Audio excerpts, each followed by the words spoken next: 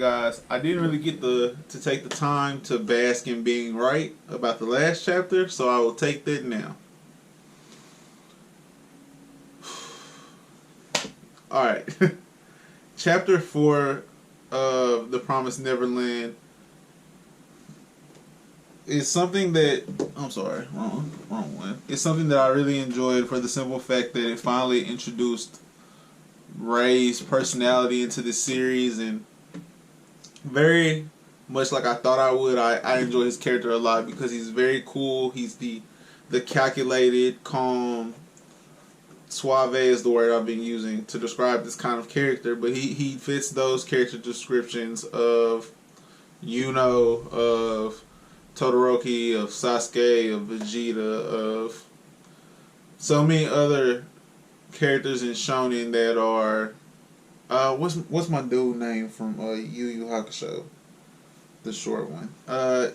Just that is him to a T, where he is by far the most calculating, and the way he lays low about things helps him accomplish a lot of his goals. And I think that his personality, along with Emma's, I don't want to say her childishness or her naivety, but she's a very genuine, very bubbly, outgoing, and caring person. And then Norman shows a lot of natural leadership abilities, and he also is very, very quick-witted, very resourceful as well. I think the combination of those three personalities are going to create an outstanding story that we're only 5 chapters into. And I also love how the three of them together each bring a different they bring a different aspect to the team to accomplish a goal, where Emma can show you how to physically accomplish things. Like, she's going to figure out how physically can we do this, and Ray is going to figure out what the opposition is, and taking both of those into consideration, Norman's strength is putting together a game plan to make it work, and not only that, but encompassing others into the game plan to get things accomplished. Outstanding. I think that this is another aspect in which having someone separate for story and art really shines, because it gives Shirai the opportunity to really craft a melting pot of personality traits into these characters to go up against the opposition, which is Mom, but is more the demons at this point as far as we know, because she's a part of this system. She is being controlled, and so it's very hard to dislike who's being controlled as much as you dislike the controller, the person who is controlling her, or the people, or the even the emotions that could be controlling her, where she's a part of this system to protect another loved one, because we don't know what's going on with her. We just know that she's in a survival game as well. I'm heavily enjoying that aspect of this, and it's very similar, and I've said this before, to the situation with Nico Robin, where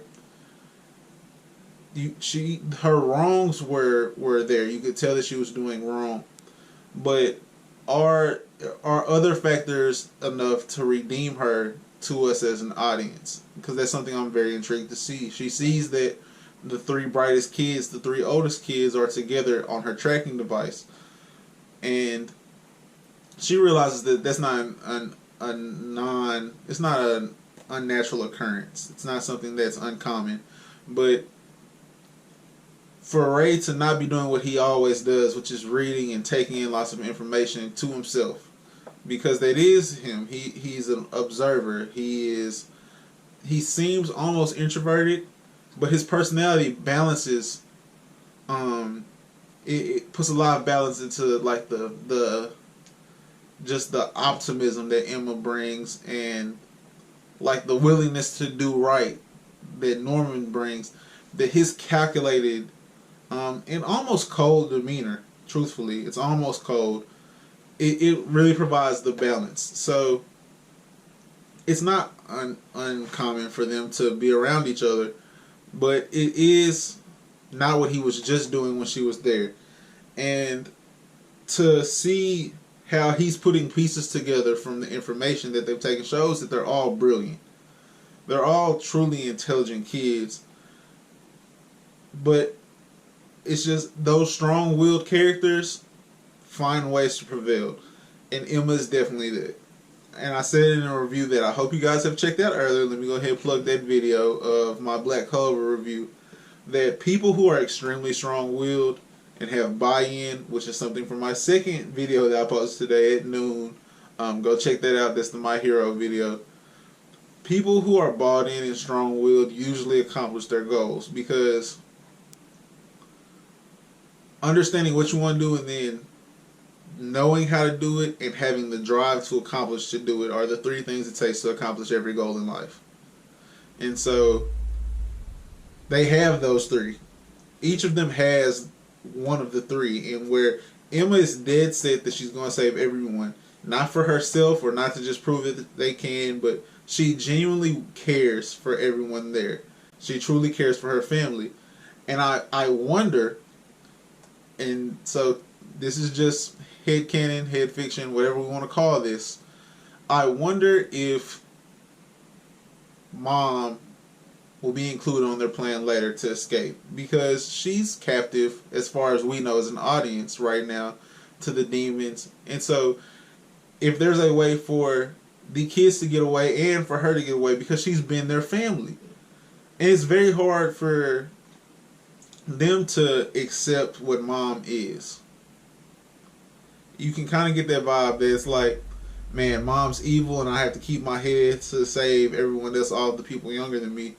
But the flashbacks and even what we see from her at the very beginning of chapter 1, where she's this caring, loving mother figure for them, like that always comes off as genuine. It's very hard to show those types of emotions and they not be genuine. And because of that, man, I feel like they're going to try to save her if they can. One of them will. I'm not sure which one yet, because Emma kind of has like had this severance of ties in the last chapter, where she had to hold in her feelings when Mom surprised her and started asking her questions, and that could be the severance of the tie there. But that has not happened with Norman or Ray, where they've had like a physical confrontation with Mom that could kind of speed that up some. So I'm interested to see, like, if later on in this story, if Mom will be included in on the plans to leave. I think it was a very personable for anyone that has like a sister or even like a younger sibling, period, where she throws the fit on the ground. Because I've seen my brother do that. And like when we were kids, and like my mom like lost it, because it's just something that we weren't. You're not gonna do that. You're not gonna show that. But to see like how they respond to her as in a different manner from how like I would have responded to her was a nice take, and it was humorous. It was very funny, because Ray, I feel like Ray kind of shares the most similarities in personality to me, where he was just like, you need to get her, like you need to speak some sense to this idiot, because what she's doing is not going to help us get out of here. Huge.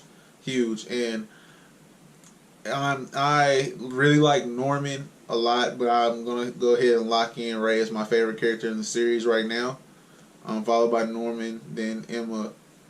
And I'm interested to see where Mom goes. I mean, we don't have a large base of characters. We have like a lot of side characters and all of the little kids, but we don't know them.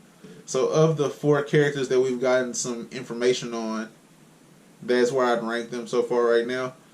I think that this chapter in itself was a 4. Actually, not even a 4. This is a 3 fire emoji chapter for me, for the simple fact that it is another build-up chapter. Now, we got a lot of good information out of this chapter, and along with the introduction of Ray, but there's so much that's coming from this that I'm not ready to say that this is like where the hype moment. This is not the peak of where this can be. And so 3 fire emojis for me. Like this video if you liked it. I know that this is actually becoming like one of the more popular series on my channel, and I have a much smaller channel than a lot of other YouTubers, so I don't worry about that as much, but I get more feedback on these than I do anything else, and I genuinely enjoy the series, just because in 5 chapters I haven't felt this invested in a series that I wasn't already privy to. I was already privy to My Hero Academia because the anime blew up, and I was familiar with Black Clover because it's the series that rivals My Hero Academia. If you look at any Twitter at all, like you see those two fan bases that don't enjoy both series like go back and forth at each other a lot. So picking this up off of reading the back of it and hearing the name a few times here and there, and then reading the back of it and just saying like, this story could be interesting. I haven't felt like that about another series, and I didn't feel like that about Game of Thrones, the books. I didn't feel about that about Percy Jackson, like any of the series that I've read that I can still remember enjoying. Series of Unfortunate Events is another one that, like, 5 chapters in, I didn't feel like this, but I'm very invested into this story. I feel like this is something I'll keep up with. That's going to be it for me, guys. Sorry to get a little bit long-winded, but please go check out the other 2 videos from today. There'll be more of this tomorrow.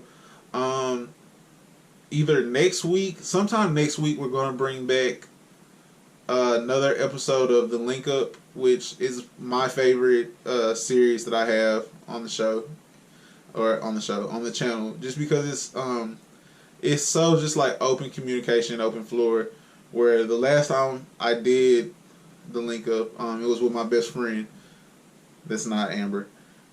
And so I'm going to try to have my brother and his best friend on and just open the floor up and communicate, have open dialogue. I think that's one of the best things I can do. I also should be streaming sometime this weekend. That's the plan. And there's going to be a lot of content come out of the next few days. At least 2 chapter reviews. Today's kind of different just because I wanted to get that Black Clover out, and I might even try to stick with 3 just because I'm really feeling these series, but that's a lot with a full-time job, of course. You guys can understand it.